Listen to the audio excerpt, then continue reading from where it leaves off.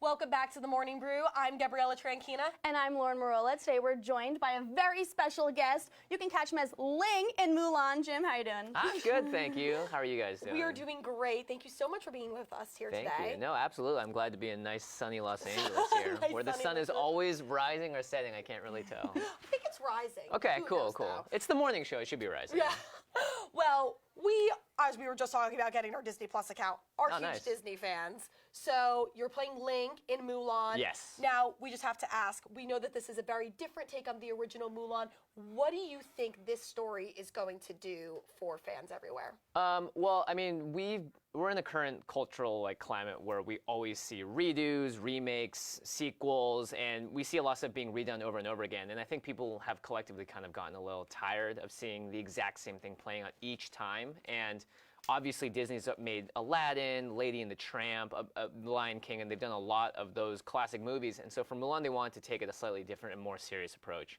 So it's the same Mulan that you remember as a child, the movie that you watched growing up, but it's a bit, the director, Nikki Caro, and the producers all decided that this is going to be something that they wanted to really add gravitas to and film on location. We did a lot of filming in New Zealand. It's absolutely gorgeous. Minimal use of, VFX and stuff to sort of add to the story. And a lot of these movies, you can easily go down that road where it's like, yeah, sure, just put them on the green screen and do that. But they really were dedicated to the sort of authenticity of the story and the research they did for the costuming and the food that's on the table, the way that people talk to each other, and all of that all really combines together into what I think is a very authentic and amazing sort of experience, almost transporting you really into that time period that they're setting it in. Wow, that's so cool. So when you accepted this role, did you know that's how they plan to go about the movie? I had no idea, really. I had heard that it wasn't going to feature the original songs, which I was totally cool with, because for me, I don't want to see the songs redone. I just want to watch them in the original. So it was really nice to see and really cool to learn sort of when I got on set and started visiting around and looking at the costumes they were making and the people, how they're doing the armor and the swords and everything. And just they had walls and walls of research and sketches and previses and stuff. And so it was really neat to see that they really put their heart and soul into it, and everyone that was working on the project really, really gave it their all. And do you think the way that all this research is kind of coming together, what do you think this is doing for Asian representation in the media? Well, it's obviously huge, Yeah. right? Mulan is a classic Chinese story. I remember going to see this with my grandma when I was a kid, the animated one, and I came out of it being like, yay, that was fun! And she was like, I don't know what I just watched. That had no similarity to the childhood story we were told growing up.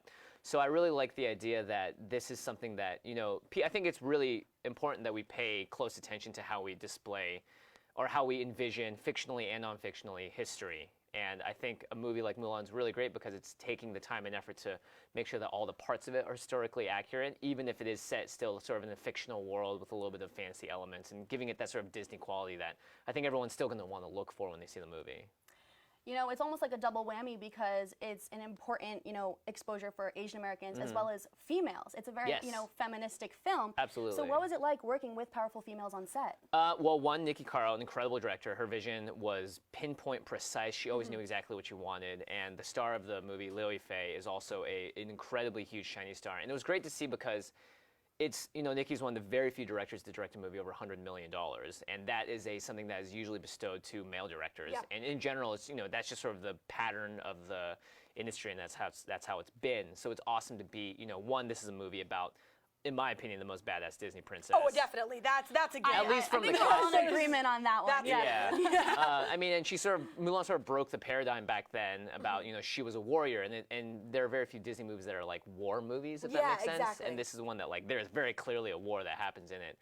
So it was awesome to be able to work in that environment, and also just not even treat it as special, if that makes sense, because if you treat something as the norm, it becomes the norm. So I think in a lot of cases, it was we recognize that this is historical, groundbreaking, and really, really awesome. But at the same time, we don't want to coddle it. We don't want to make it feel treat it differently because it's just something else. I think everyone else that was doing the project wanted it to be as authentic and real as they could. And they took it, they took the same amount of responsibility that any director would, regardless of gender, going into the role. And I think that's going to be really, really great to see translated onto the screen. And did you know there's also a USC student in Mulan?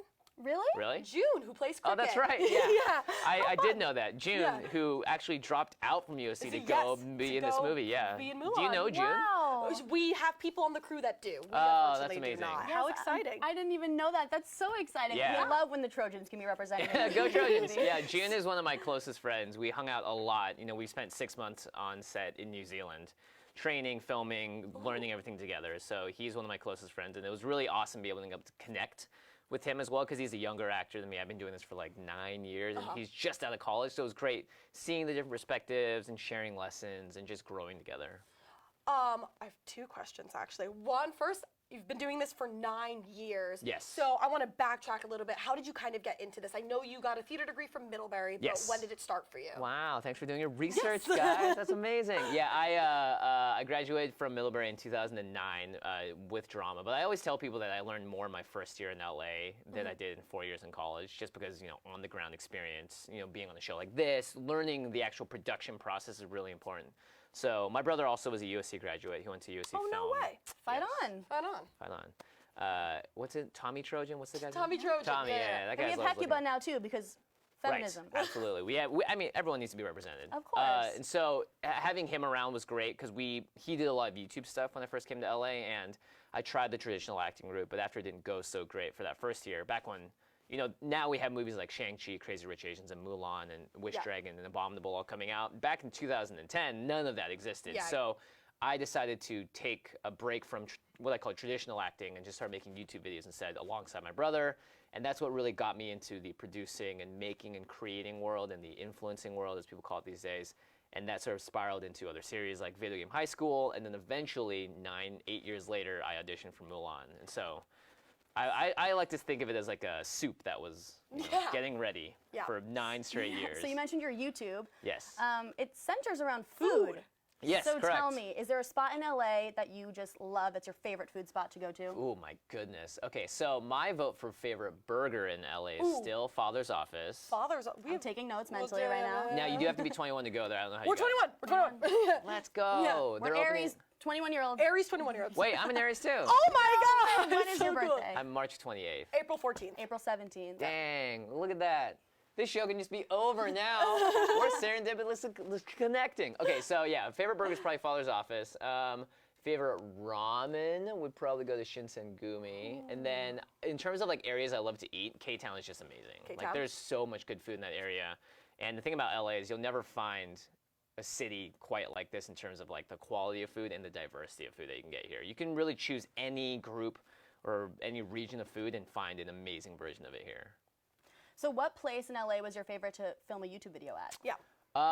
Geez, that's crazy. So we filmed a lot of stuff up at like Runyon Canyon. We did a whole car racing scene up there, and we flipped a car, and it like did 2 rotations in the air, a huge corkscrew. It was really awesome. Was everyone okay? Yeah, everyone was totally fine. So we did all that, and that was really great. So it was cool to go into like sort of the heights area, the hills, and be able to overlook the city too. Unfortunately, we have to go to commercial, but before we No do, worries. but don't worry, because you're still going to be here when we come back, and we're going to play a fun game about movies. Thank you, everyone. Ooh. Stay tuned.